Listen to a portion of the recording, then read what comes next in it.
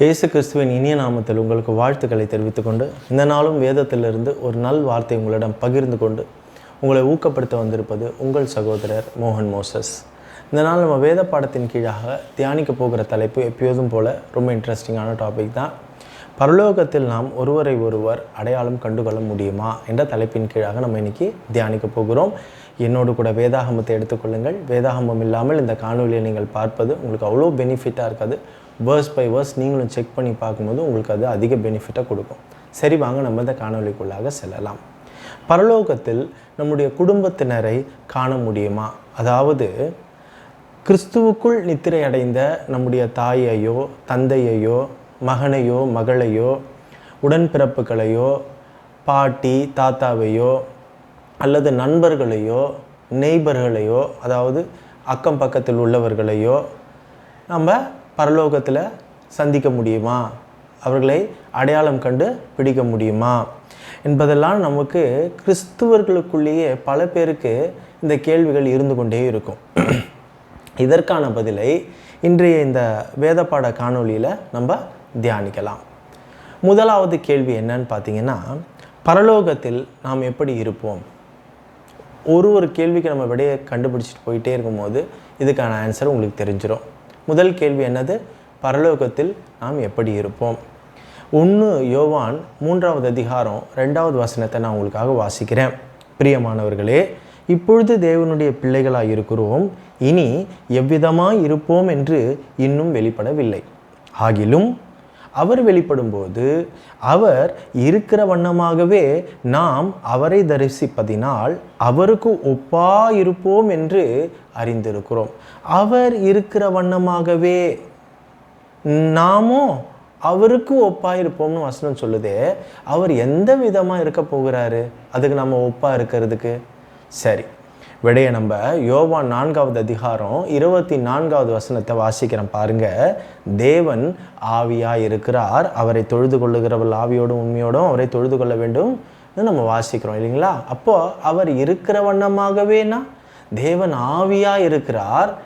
தேவன் ஆவியாக இருக்கிற வண்ணமாகவே நாமும் அவருக்கு ஒப்பாக இருப்போம் என்று சொன்னால் அப்போ பரலோகத்தில் நாமும் தேவனை போல ஆவியாக இருப்போம். அல்லேலூயா. அதை நம்ம தெரிஞ்சு கொள்ளலாம்.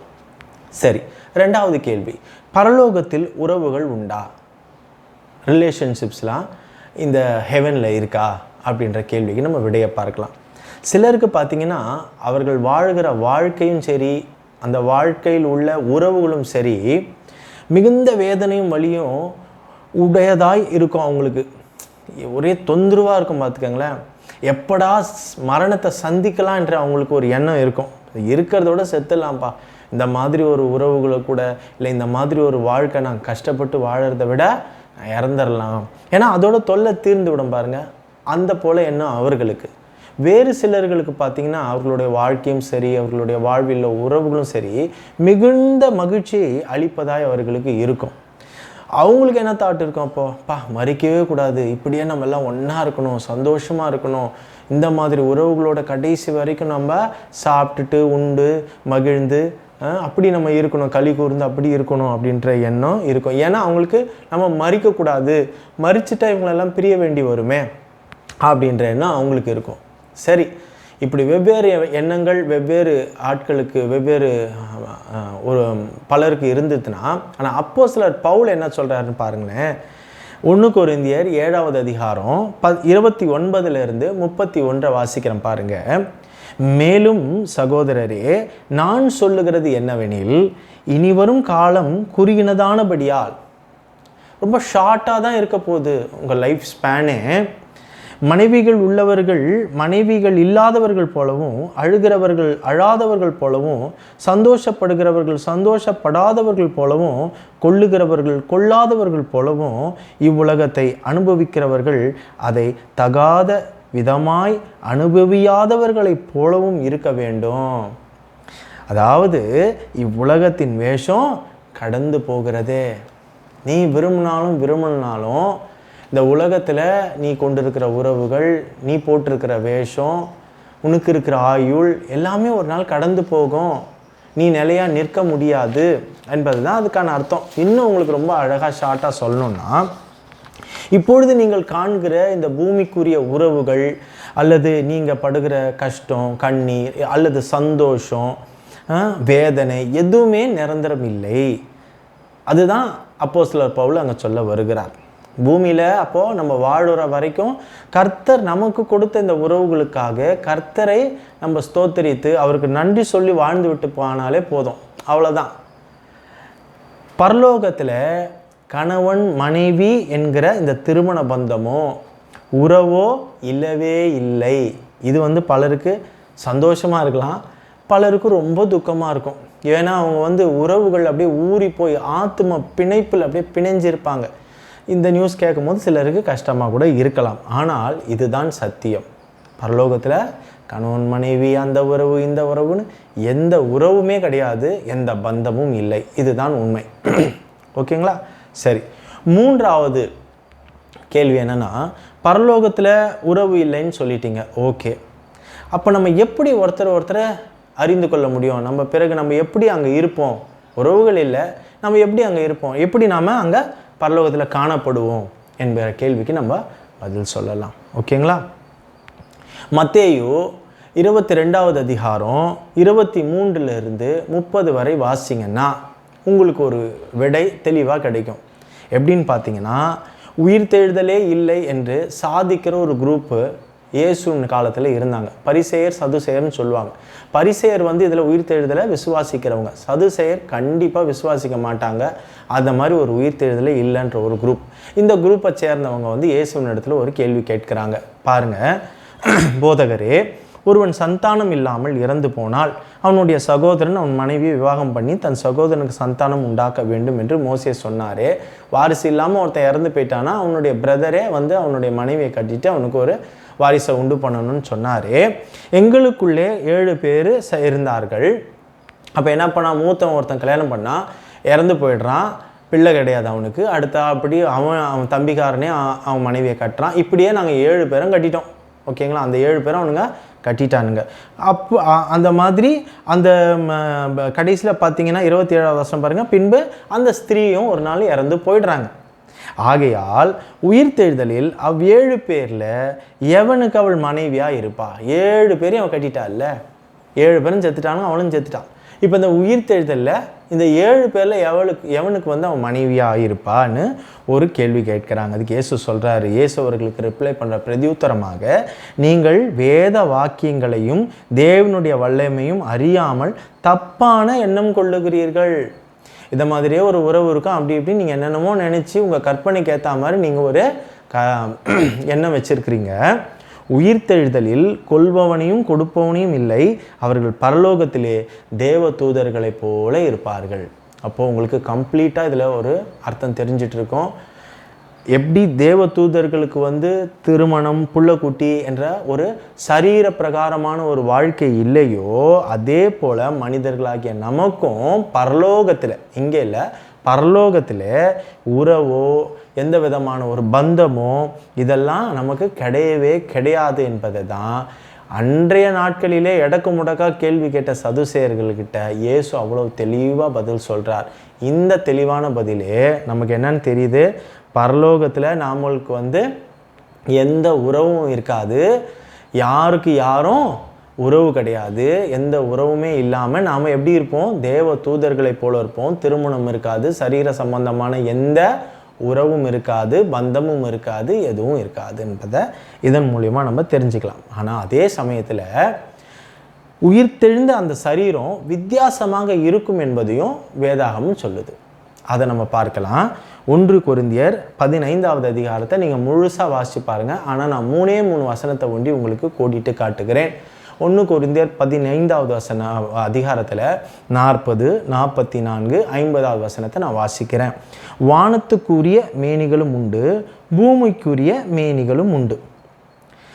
வானத்துக்குரிய மேனிகளுடைய மகிமையும் வேறே, பூமிக்குரிய மேனிகளுடைய மகிமையும் வேறே. அதுக்கு ஒரு சரீரம், இதுக்கு ஒரு சரீரம் இருக்கும். அதுக்கு வேற மகிமை, இதுக்கு வேற மகிமைன்னு இருக்குது.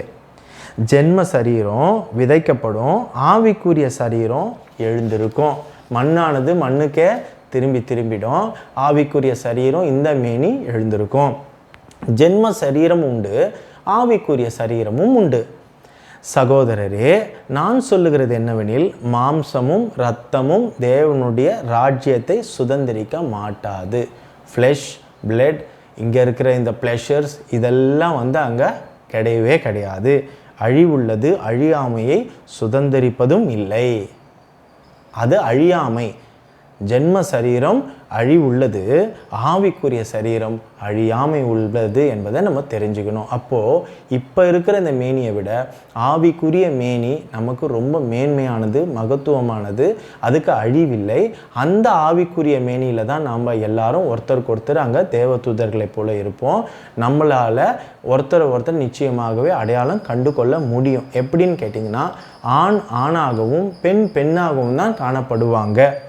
ஜென்ம சரீரத்துக்கு பார்த்திங்கன்னா வயசாகும், தோல் சுருங்கும், சோர்வடையும், பலவீனம் அடையும். ஆனால் ஆவிக்குரிய சரீரம் பார்த்திங்கன்னா அந்த மேனிக்கு அப்படிலாம் இருக்கவே இருக்காது. ஸ்தோத்திரம். அப்போது ஒரு ஆண் ஒரு ஆணாக தான் அங்கே கண்டிப்பாக காணப்படுவார், ஒரு பெண்ணாக தான் காணப்படுவாங்க. ஆனால் ஆவிக்குரிய மேனி, ஆவிக்குரிய சரீரத்தில் நம்மளால் நிச்சயமாக அடையாளம் கண்டு கொள்ள முடியும். உதாரணத்துக்கு என்ன நீங்கள் பார்ப்பீங்கன்னா, பரலோகத்தில் கர்த்தருக்கு சித்தமானால் மோகன் மோசஸாக தான் நான் காணப்படுவேன். இப்போ உங்களுக்கு புரியுதுங்களா? சரி, 4வது கேள்வி பார்க்கலாம். பரலோகத்தில் மற்றவர்களை அடையாளம் காண முடியுமா? நிச்சயம் முடியும். அதற்காக நான் வேத வசனங்களை எல்லாம் உங்களுக்கு கோடிட்டு காட்டுகிறேன். மத்தேயு 8வது அதிகாரம் 11வது வசனத்தை நான் உங்களுக்கு படித்து காட்டுறேன். பாருங்க. அநேகர் கிழக்கிலும் மேற்கிலும் இருந்து பரலோக ராஜ்யத்தில் ஆபிரகாம், ஈசாக்கு, யாக்கோப்பு என்பவர்களோடே பந்தி இருப்பார்கள் என்று நம்ம வாசிக்கிறோம். அப்போ இந்த வசனத்தை வாசிக்க போகும்போதே யாருடைய அடையாளமும் மாறாது என்பதை நம்மால் ஈஸியாக புரிந்து கொள்ள முடியும். யாக்கோப்பு யாக்கோப்பாக, ஆபிரகாம் ஆபிரகாமாக, ஈசாக்கை போல தான் இருப்பார். ஈஸியாக நம்மளால் அடையாளம் காண முடியும். அதே சமயத்தில் பார்த்திங்கன்னா இந்த அடையாளம் கண்டு கொள்வதற்கு யார் உதவியும் நம்மளுக்கு தேவைப்படாது. இது ஆபிரகாமு, இது மோசே, இது தாவீது, இது பவுல், இது பேதுருன்னு சொல்லி யாரோட தயவும் இல்லாமல் நாமளே அவர்களை அடையாளம் கண்டு கொள்ள முடியும். நிச்சயமாக முடியும். அது எப்படி பிரதர்? நீங்கள் உங்கள் தாய் தகப்பனை பார்த்துருக்கலாம், இல்லைனா உங்கள் உறவு முறையை பார்த்துருக்கலாம், நெய்பர்ஸை பார்த்துருக்கலாம், உங்கள் பாஸ்டர்ஸை பார்த்துருக்கலாம், எல்லாரையும் பார்த்துருக்கலாம். பார்க்காதவங்க, அதுவும் கிட்டத்தட்ட 4000 வருஷம் 5000 வருஷத்துக்கு முன்பாக இருந்தவங்கள நீங்கள் எப்படி அடையாளம் கண்டுபிடிக்க முடியும் அப்படின்னு நீங்கள் நினைக்கலாம். ஆனால் ஒரு விஷயம் இங்கே நடக்குது. நாம் உயிர் தெழுந்தும் போது பூரணம் அடைகிற போது இந்த ஆவிக்குரிய சரீரத்தில் நம்ம பூரணம் அடைந்து அங்கே வரும்பொழுது நமக்கு எல்லாமே மெமரி ஃபுல்லாக தான் இருக்கும். நம்மளுக்கு எல்லாமே ஞாபகத்தில் இருக்கும். நமக்கு புதுசாக நம்ம அப்டேட் பண்ண மாதிரி இருப்போம். அதுதான் உண்மை. எப்படிங்க நீங்கள் பாட்டுன்னு அடித்து தள்ளுறீங்கன்னு சொல்லாதீங்க. நான் ஒரு வசனத்தையும் உங்களுக்கு எடுத்து வைத்திருக்கிறேன். இப்போ பார்த்தீங்கன்னா, ஐஸ்வர்யம் உள்ள ஒரு மனுஷன் தரித்திரனாகிய லாசருவை பற்றி லூக்கா 16வது அதிகாரம் 19லேருந்து 31 வரை வாசித்தா இயேசு சொன்ன உவமையை பற்றி உங்களுக்கு அங்கே நல்லா புரிய வரும் இல்லைங்களா? ஐஸ்வர்யமுள்ள ஒரு மனுஷன் இருப்பான். அவன் வாசல் அருகே தரித்திரன் ஒரு பிச்சைக்காரனாகிய லாசரு இருப்பான். இவன் செல்வந்தனும் சீமாட்டனுமா இருப்பான். அவனுக்கு எல்லாமே இருக்கும். நல்லா ஆக்கி சாப்பிட்டு திருப்தியாக உண்டு மகிழ்ந்து அப்படி இருப்பான். இவனுக்கு எதுவுமே இருக்காது. அவன் மேஜையிலேருந்து எதனா விழுந்தா இல்லை குப்பை தொட்டிக்கு எதனா வந்தால் அதை சாப்பிட்லான்னு இவன் வெயிட் பண்ணின்னு இருக்கிறவனா இருப்பான். அவன் சம்பூர்ண அடைந்தவனா இருப்பான். இவன் ஒன்றுத்துக்கும் லாய்க்கப்படாதவனா இருப்பான். இவங்க இப்படி இருக்கிற காலத்தில் இவங்க இறந்துடுறாங்க. 2 பேருமே மேலே போகிறாங்க. இப்படி இருக்கிற சமயத்தில் ஹேடஸ், அதாவது பரதேசம் இந்த நரகமும் இருக்கிற இடம் ஹேடஸ் அப்படின்னு இருக்கிற சமயத்தில் இவன் இங்கேருந்து பார்க்குறான், பேரடைஸை பார்க்குறான். யார்? லாசுரு ஆபிரகாம் மடி என்று சொல்லப்படக்கூடிய ஏப்ரஹாம்ஸ் போசம் என்று சொல்லக்கூடிய அந்த பேரடைஸில் இருக்கிறான். ஐஸ்வர்யவான் நரகத்தில் அந்த ஹேடஸில் இருக்கிற சமயத்தில் இங்கேருந்து அவனை பார்த்து அவன் பேசுகிறத அங்கே அழகாக குறிப்பிட்டிருக்கிறோம். நான் உங்களுக்கு வாசிக்கிறேன். லூக்கா 16 23 24 ஒண்டி நான் வாசி காட்டுறேன். பாதாளத்திலே அவன் வேதனைப்படுகிற போது தன் கண்களை ஏறெடுத்து தூரத்திலே ஆபிரகாமையும் அவன் மடியிலே லாசருவையும் கண்டான். அப்பொழுது அவன், தகப்பனாகி ஆபிரகாமே, நீர் எனக்கு இறங்கி லாசரு தன் விரல் நுனியில் தண்ணீரை தோய்த்து என் நாவை குளிர பண்ணும்படி அவனை அனுப்ப வேண்டும். இந்த அக்கினி ஜுவாலியிலே வேதனைப்படுகிறேன் என்று கூப்பிடான். கூப்பிடும் போது எப்படி கூப்பிட்றான்? லாசரஸ் ஐஸ்வர்யவான் வந்து தகப்பனாகி ஆபிரகாமின்னு கூப்பிட்றான். ஆபிரகாமன் இவன் எப்போ பார்த்தான்? இவன் ஆபிரகாமை பார்த்ததே கிடையாது.